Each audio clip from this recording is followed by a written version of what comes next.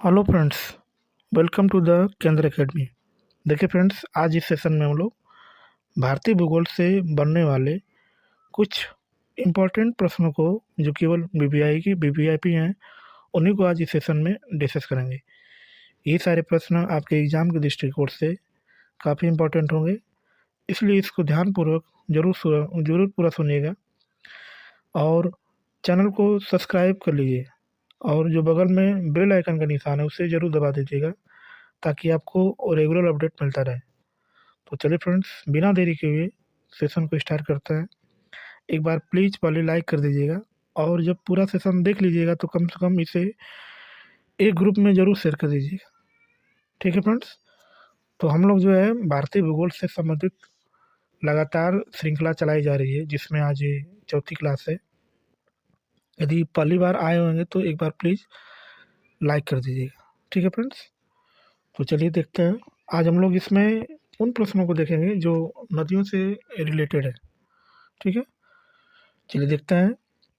सिंधु नदी कहाँ से निकलती है? तो सिंधु नदी की बात करेंगे तो ये जो है मानसरोवर से झील से निकलते हैं और ये झील कहाँ पर है? तो तिब्बत में है। तिब्बत से ही जो है सिंधु नदी निकलती है। सिंधु नदी की कुल लंबाई कितनी है? इसकी जो कुल लंबाई है 2900 किलोमीटर है, जो सिंधु नदी की लंबाई है। सिंधु नदी भारत में कितनी लंबाई है? तो इसकी जो है 1114 किलोमीटर जो है भारत में बहती हैं और शेष जो है ये पाकिस्तान में चली जाती हैं। भारत में इतना ही ये बहती हैं, 1114 किलोमीटर। ठीक है। झेलम, चिनाब, रावी, ब्यास, सतलज किस नदी की सहायक नदियां हैं? तो ये जो होते हैं सिंधु नदी की जो है सहायक नदियां हैं। इसकी जो है 5 मुख्य रूप से जो है इसकी सहायक नदियां। ठीक है। आगे आगे लिखा है फ्रेंड्स कि सिंधु नदी को तिब्बत में किस नाम से जाना जाता है? तो नदी की बात करेंगे तो इस देश का नाम अलग अलग देशों में अलग अलग नाम से जाना जाता है। जैसे सिंधु नदी की बात करेंगे तो इसको तिब्बत में हम लोग सिंगी खम्बम या लायंस माउथ के नाम से इसको जानते हैं, क्योंकि यहीं से जो है सिंधु नदी निकलती है, इसलिए इसको लायंस माउथ भी कहते हैं। सिंधु नदी द्वारा निर्मित सबसे गहरे महाखंड का नाम क्या है? उसको हम लोग बोलते हैं गिलगित। और ये कितने है? तो लगभग 5200 मीटर जो है गहरा महाखंड है। ठीक है। झेलम नदी के उद्गम स्थल का नाम क्या है? तो ये जहाँ से झेलम नदी निकलती, चूँकि सिंधु नदी की सहायक नदी है और ये जहाँ से निकलती है, जिस झील से निकलती है उसको हम लोग बोलते हैं वेरीनाग झील के नाम से जानते हैं। ठीक है। कश्मीर की सबसे महत्वपूर्ण नदी कौन सी है? तो उसका नाम क्या है? झेलम। झेलम जो है कश्मीर की सबसे महत्वपूर्ण नदी है। ठीक है। चलिए आगे आगे लिखा है फ्रेंड्स कि चिनाब नदी को हिमाचल प्रदेश में किस नाम से जाना जाता है? तो इसको जो हम लोग चंद्रभागा नदी के नाम से जानते हैं, यदि चिनाब की बात करेंगे। और चिनाब भी किसकी सहायक नदी है? तो ये भी सिंधु नदी की सहायक नदी है। रावी नदी कहाँ से निकलती है? तो ये जो है रोहतांग दर्रे के पास से निकलती है और रोहतांग दर्रा कहाँ है? तो ये भी हिमाचल प्रदेश में ही है। ठीक है। रावी नदी को किस अन्य नामों से जाना जाता है? तो इसको हम लोग परसरवी नदी कहते हैं या इरावती नदी भी कहते हैं, जो हमारी रावी नदी होती है। ब्यास नदी कहाँ से निकलती है? तो ये जो है ब्यास कुंड से निकलती है। ठीक है। ब्यास नदी को भी हम लोग अन्य नामों से जानते हैं और उनका नाम क्या है? तो बिपाशा है और एक नदी जो है अर्घिकिया है। इन दोनों नदियों के नाम से इसको जाना जाता है। सतलज नदी कहाँ से निकलती है? तो ये जो है राक्षस ताल से निकलती है। राक्षस ताल से जो है ये जो है सतलज नदी निकलती है। ठीक है। इन प्रश्नों से बनने वाले हम लोग देखेंगे फ्रेंड्स। पहला हमारा प्रश्न इसमें से है कि निम्नलिखित में से किन नदियों का उद्गम स्थल भारत में नहीं है? तो ब्यास, चिनाब, रावी और सतलज। तो ऑप्शन नंबर डी जो है हमारा जो है इसका उद्गम स्थल भारत में नहीं है। बाकी ये 3 नदियाँ जो हैं ये भारत से ही निकलती हैं। ठीक है। अभी हमने बात किया था कि सतलज नदी का उद्गम स्थल कहाँ है? तो ये जो है राक्षस ताल से है। कहाँ से है? राक्षस ताल से। इसको देख सकते हैं फ्रेंड्स हम लोग। सतलज नदी का उद्गम स्थल तिब्बत में कैलाश पर्वत या मानसरोवर झील के निकट स्थित राक्षसताल झील से है। यह पश्चिम और दक्षिण पश्चिम में प्रवाहित होते हुए सिपकिला दर्रा में प्रवेश कर जाती है। यानी ये भारत में किस दर्रे से प्रवेश करती है? तो इसका नाम जो है सिपकिला दर्रा है। और सिपकिला दर्रा कहाँ पर है? तो ये हिमाचल प्रदेश में पड़ता है। ठीक है फ्रेंड्स। आगे नेक्स्ट प्रश्न देखते हैं हम लोग। भारत की निम्नलिखित नदियों में से कौन हिमालय की सभी श्रेणियों को काटती है? Option A Ravi, option B Sutlej, option C Beas, option D Chenab. इस फ्रेंड्स तो इसकी उत्तर की बात करें तो इसका ऑप्शन होगा ऑप्शन नंबर बी। बी जो है, ये जो है सतलज नदी जो है, ये क्या करती है तो हिमालय की सभी श्रेणियों को काटती है, क्योंकि इसका जो उद्गम है मानसरोवर झील से ही जो हमारा रास्ता चालू वहीं से निकलती हैं। अब तो यह जो है हिमालय के सभी श्रेणियों को काटती रहती हैं, काट के निकलती हैं। ठीक है, चलिए आगे देखते हैं। सतलज नदी की भारत में कुल लंबाई कितनी है? तो 1050 किलोमीटर जो है ये भारत में बहती है, शेष जो है निकल जाती है उससे आगे यानी पाकिस्तान। घाघरा नदी कहाँ से निकलती है? तो ये जो है शिवालिक के पास मालवा पंख से जो है घाघरा नदी निकलती है। घाघरा नदी को और किन नाम से जाना जाता है?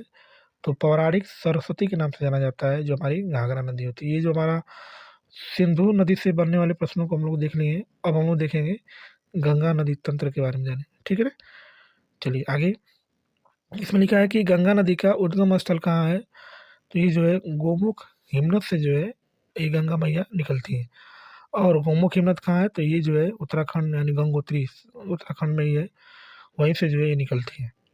भागीरथी नदी कहाँ से निकलती है? तो इसको हम लोग गोमुख से यही निकलते हैं। ठीक है, भागीरथी नदी निकलती है ऑप्शन ए गोमुख से, ऑप्शन बी गंगोत्री से, ऑप्शन सी तपोवन से, ऑप्शन डी विष्णुप्रयाग से। इसका जो राइट ऑप्शन होगा फ्रेंड्स ऑप्शन नंबर ए यानी गोमुख से जो है निकलती है। ठीक है, चलिए इसका डिटेल देख सकते हैं। भागीरथी गंगोत्री से 19 किलोमीटर दूर शिवलिंग शिखर के नीचे गोमुख नदी से निकलती हैं। झाला के समीप सिया गंगा नदी भागीरथी में मिलती हैं। देवप्रयाग के पास अलकनंदा एवं भागीरथी मिलकर गंगा के नाम से आगे की ओर क्या करती हैं, बहती हैं। यानी देवप्रयाग में किन दो नदियों का मिलन होता है? तो अलकनंदा और भागीरथी, अलकनंदा और भागीरथी मिलकर के क्या करती हैं, आगे जो है गंगा के नाम से जानी जाती है। ठीक है, आगे किन दो नदियों के संगम से, जिसको हम लोग देवप्रयाग बोलते हैं, के बाद यहाँ गंगा नदी मिलती है? तो देवप्रयाग में दो नदियाँ मिलती है, एक भागीरथी और एक अलकनंदा, जो मिलकर के क्या बनाती हैं, गंगा। आगे भारत के सबसे बड़े नदी बेसिन का नाम क्या है? तो गंगा नदी बेसिन जो है सबसे बड़ी नदी बेसिन है। गंगा नदी की कुल लंबाई कितनी है? तो 2510 किलोमीटर है इसकी जो पूरी लंबाई होती है। भारत की बृहत्तम नदी का नाम क्या है? तो इसका भी नाम क्या है, गंगा। गंगा जो है भारत की सबसे बड़ी नदी है। गंगा नदी को बांग्लादेश में किस नाम से जाना जाता है? तो इसको हम लोग पद्मा के नाम से जानते हैं। बांग्लादेश को हम लोग किस नाम से जानते हैं? पद्मा के नाम से जानते हैं। वही जो है ब्रह्मपुत्र नदी को बात करेंगे तो ब्रह्मपुत्र नदी को हम लोग जमुना के नाम से जानते हैं बांग्लादेश में। सुंदरबन डेल्टा का निर्माण करने वाली नदियाँ कौन है? तो सुंदरबन डेल्टा की बात करेंगे तो ये पश्चिम बंगाल में है और ये भी दो नदियों के मिलने से ही बनता है। गंगा और ब्रह्मपुत्र नदी मिलती हैं तो कौन सा डेल्टा बनता है? तो सुंदरबन डेल्टा बनता है। ठीक है, इसमें इसका डिस्कस देख सकते हैं। सुंदरबन डेल्टा भारत तथा बांग्लादेश में स्थित विश्व का सबसे बड़ा नदी डेल्टा है। इसका निर्माण गंगा, ब्रह्मपुत्र तथा मेघना नदियों द्वारा हुआ है। इसका लगभग 2/3 भाग बांग्लादेश में तथा शेष भाग भारत में है। यानी इसका जो अधिकतम भाग कहाँ पर है? तो बांग्लादेश में, और कुछ भाग जो है कहाँ पर है? तो भारत में है। ठीक है, आगे मंदाकिनी नदी किस जल प्रवाह अथवा मुख्य नदी से संबंधित है? तो इसका नाम जो है अलकनंदा। अलकनंदा नदी जो है इससे रिलेटेड है। किस नदी के तट पर बद्रीनाथ का प्रसिद्ध मंदिर स्थित है? तो इसका नाम क्या है? अलकनंदा जो है इसके तट पर स्थित है। ठीक है, चलिए आगे। आगे देखते हैं फ्रेंड्स कि गंगा नदी की एकमात्र सहायक नदी जिसका उद्गम मैदान में है उसको हम लोग बोलते हैं गोमती नदी के नाम से उसको जानते हैं। गंगा ब्रह्मपुत्र द्वारा निर्मित विश्व के सबसे बड़े डेल्टा का नाम क्या है? तो उसको हम लोग बोलते हैं सुंदरबन डेल्टा बोलते हैं। और इन्हीं दोनों नदियों के संगम से ही जो है ये डेल्टा का निर्माण होता है। यमुना नदी कहाँ से निकलती है? तो ये जो है यमुनोत्री हिमनद से निकलती हैं, जो गंगा यमुना नदी है। ठीक है, भारत में कौन सी नदी को खुला नाला के नाम से जाना जाता है? तो जो यमुना नदी है, यमुना नदी को ही हम लोग बोलते हैं खुला नाला के नाम से इसको जानते हैं। ठीक है, यमुना नदी की कितनी लंबाई है? तो इसकी जो लंबाई है लगभग 1376 किलोमीटर है। और यमुना नदी के गंगा में किस स्थान पर मिलती हैं? तो ये जो है इलाहाबाद में मिलती हैं। इलाहाबाद में 3 नदियों का संगम है, गंगा प्लस यमुना प्लस सरस्वती। तो सरस्वती इस समय जो है विलुप्त हो गई हैं, इसलिए इसको त्रिवेणी संगम के नाम से जानते हैं, जो गंगा, जमुना, सरस्वती है। ठीक है? फ्रेंड्स, ये पूरा मैप है जहाँ पे नदियाँ निकलती हैं। ये सिंधु नदी है, सिंधु नदी की सहायक नदी झेलम, चिनाब, राई, ब्यास, सतलज, ये जो है सब मिल करके लास्ट में सिंधु नदी बन जाती है। फिर ये गंगा नदी भी है, और यहाँ से जो है गंगा नदी निकलती है। फिर यहीं से जो है यमुनोत्री, यमुना से यमुना नदी निकलती है। फिर ये गंगा की सहायक नदी है, गंगा, गोमती, घाघरा, गंडक, ये सब सहायक इसकी नदियाँ हैं। फिर इधर से जो है तिब्बत से जो है ब्रह्मपुत्र नदी सियाचिन से होते हुए सांगपो, फिर ब्रह्मपुत्र से होते हुए जो है निकलती है, फिर आके जो है यहाँ पर निर्माण करती हैं, जिसको हम लोग सुंदरवन डेल्टा के नाम से इसको जानते हैं। फिर ठीक है, बहुत सारी नदियाँ हैं इसमें। इधर अरब सागर है, और इधर जो है हमारा बंगाल की खाड़ी है, बंगाल की खाड़ी है, ये अरब सागर है। ठीक है, नीचे जो है कावेरी डेल्टा है, ये कावेरी डेल्टा है, ये बैगल है, ये जल विभाजक है। इधर कावेरी नदी है, तुंगभद्रा नदी है, पंडेर नदी है, कृष्ण नदी है, ये सब भारत की प्रमुख नदियाँ हैं। ठीक है, चलिए आगे देखते हैं फ्रेंड्स। किस नदी को प्रारंभ में अरुणा नदी के नाम से इसको जानते हैं? तो इस नदी को हम लोग अरुणा नदी के किस नाम से जानते हैं? तो जो कोसी नदी है, प्रारंभ में इसको हम लोग जो है अरुणा नदी के नाम से इसको जानते हैं। ये भी जो है बिहार की शोक नदी है। बंगाल का शोक नदी किस नदी को हम लोग कहते हैं? तो दामोदर नदी को हम लोग बंगाल का शोक नदी के नाम से इसको जानते हैं। अरावली पर्वत श्रृंखला किस नदी प्रणाली से विभाजित होती है? तो ये चंबल और साबरमती नदी से जो है क्या होती हैं, विभाजित हो जाती हैं। ठीक है, चलिए आगे देखते हैं। किस नदी को बिहार का शोक कहा जाता है? तो कोसी नदी को हम लोग क्या कहते हैं? बिहार का शोक नदी कहते हैं। कौन सी नदी अपना रास्ता बदलने रहने के लिए प्रसिद्ध होती है? तो इसका नाम कोसी है। ये बहुत रास्ता बदलती है, जहाँ मिलता है वहीं चली जाती है। चंबल नदी की लंबाई कितनी है? इसकी जो लंबाई है 960 किलोमीटर है। नर्मदा घाटी उदाहरण है, तो ये भ्रंश घाटी की उदाहरण है, भ्रंश घाटी की उदाहरण है। ठीक है फ्रेंड्स, हमने पहले पर जो है सिंधु नदी तंत्र पढ़ लिया है, उसके बाद गंगा नदी तंत्र पढ़ लिया। अब हम लोग पढ़ेंगे ब्रह्मपुत्र नदी तंत्र। ठीक है, ब्रह्मपुत्र नदी कहाँ से निकलती है? तो ये जो है मानसरोवर झील के पास चीमा युंगदुंग हिमनद से जो है ये ब्रह्मपुत्र नदी निकलती है। ब्रह्मपुत्र को तिब्बत में किस नाम से जाना जाता है? तो इसको हम लोग सांगपो के नाम से इसको जानते हैं, जो ब्रह्मपुत्र नदी है। ठीक है, एशिया का सबसे बड़ा नदी द्वीप माजुली किस नदी पर है? तो ये जो है ब्रह्मपुत्र नदी में है, और ये कहाँ पर है? तो आसाम में। कहाँ पर है? आसाम में। भारत में यरलुंग जंगबो नदी को किस नाम से जाना जाता है? जिसको हम लोग ब्रह्मपुत्र नदी को ही हम लोग बोलते हैं यरलुंग जंगबो नदी बोलते हैं। ठीक है, आगे आगे लिखा फ्रेंड्स कि ब्रह्मपुत्र नदी का बहाव क्षेत्र है, यानी ब्रह्मपुत्र नदी कहाँ कहाँ बहती है? तिब्बत में, बांग्लादेश में और भारत में। ब्रह्मपुत्र नदी भारत के मैदानी भाग में किस नाम से प्रवेश करती है? तो ये दिहांग के नाम से प्रवेश करती हैं, और दिहांग कहाँ है? तो अरुणाचल प्रदेश में। ठीक है, ब्रह्मपुत्र नदी हिमालय की किस सीमा पर है? तो ये जो है पूर्वी हिमालय पर है, जो ब्रह्मपुत्र नदी है। ठीक है, भारत को किस नदी पर विश्व का सबसे ऊंचा पुल बनाया जा रहा है? तो चिनाब नदी पर जो है विश्व का सबसे ऊंचा पुल है, जिस पर आने जाने के लिए जो है वो ट्रेनें आती जाती रहेंगी। ठीक है, आगे आगे लिखा है फ्रेंड्स कि मेघना नदी किन नदियों को सम्मिलित धारा होती है? तो गंगा और ब्रह्मपुत्र, गंगा और ब्रह्मपुत्र मिलती हैं तो सुंदरबन डेल्टा का निर्माण होता है, और इन दोनों नदियों को हम लोग मिलती हैं तो इसको हम लोग मेघना नदी के नाम से इसको जानते हैं। मानस नदी किस नदी की उपनदी है? तो ये जो है ब्रह्मपुत्र नदी की उद्गम उपनदी है। ठीक है, हगरी किसकी सहायक नदी है? तो ये जो है तुंगभद्रा की सहायक नदी है। कपिली किसकी सहायक नदी है? तो ये ब्रह्मपुत्र नदी की सहायक नदी है। कपिली नदी ब्रह्मपुत्र नदी की सहायक नदी है। कामरूप नगर इसी नदी पर क्या है? स्थित है। ठीक है, चलिए आगे देखते हैं। अब हम लोग जो है अब हम लोग जो है पश्चिम की ओर बहने वाली नदियों के बारे में जानेंगे, जो पश्चिम की ओर कौन कौन बहती हैं। बाकी सब नदियाँ पूर्व की ओर बहती हैं, लेकिन ये जो है पश्चिम की ओर बहती हैं। और कौन कौन नदियाँ हैं तो इसको देखा जाए। नर्मदा नदी भारत के किस राज्य में बहती है? तो ये जो है मध्य प्रदेश में बहती है, पश्चिम की ओर बहती है। ठीक है। इसमें से प्रश्न लिखा है फ्रेंड्स कि अब कथन एक है कि पश्चिमी घाट की नदियां डेल्टा का निर्माण नहीं करती हैं। आर ऑप्शन है, वे छोटे मार्ग से तीव्र गति से कड़ी चट्टानों के ऊपर से प्रवेश करते हैं। नीचे दिए कोट से सही उत्तर को क्या करना है? चुनना है।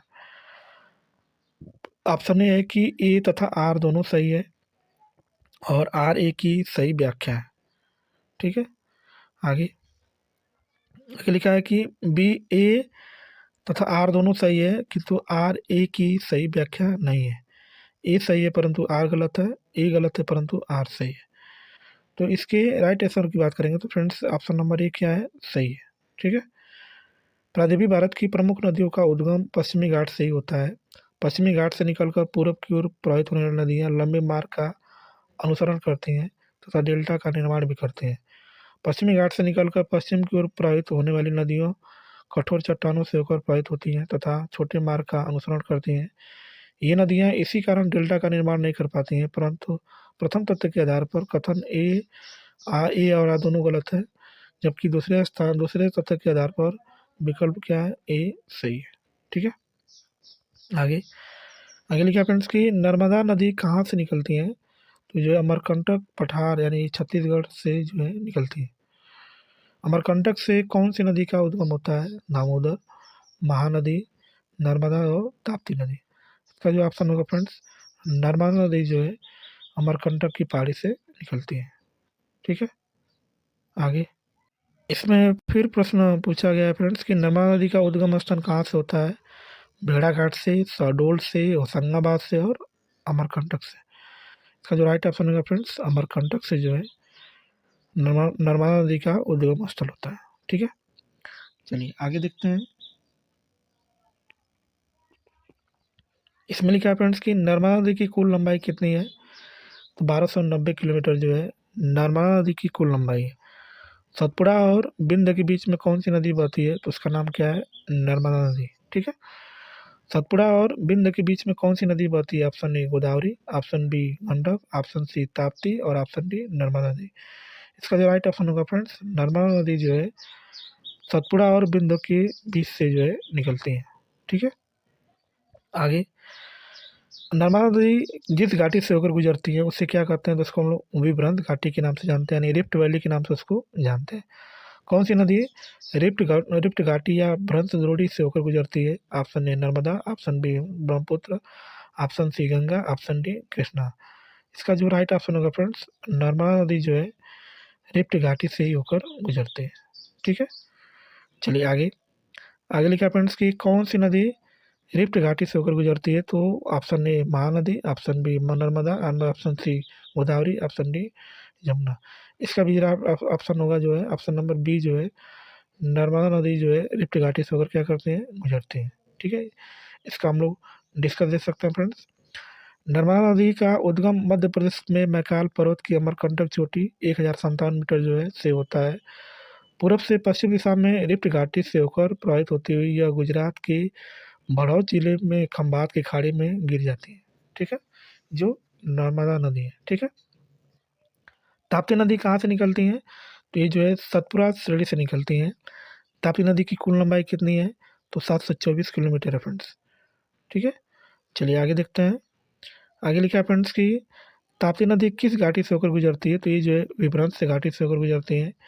भारत की लवण नदी के नाम से किस नदी को जाना जाता है? तो उसको लूनी नदी जो है लूनी नदी को जो हम लोग लवण नदी के नाम से जानते हैं। ठीक है फ्रेंड्स।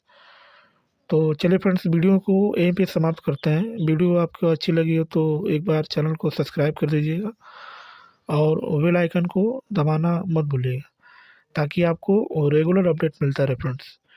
इस वीडियो को देखने के लिए आपका बहुत बहुत धन्यवाद। Thank you so much.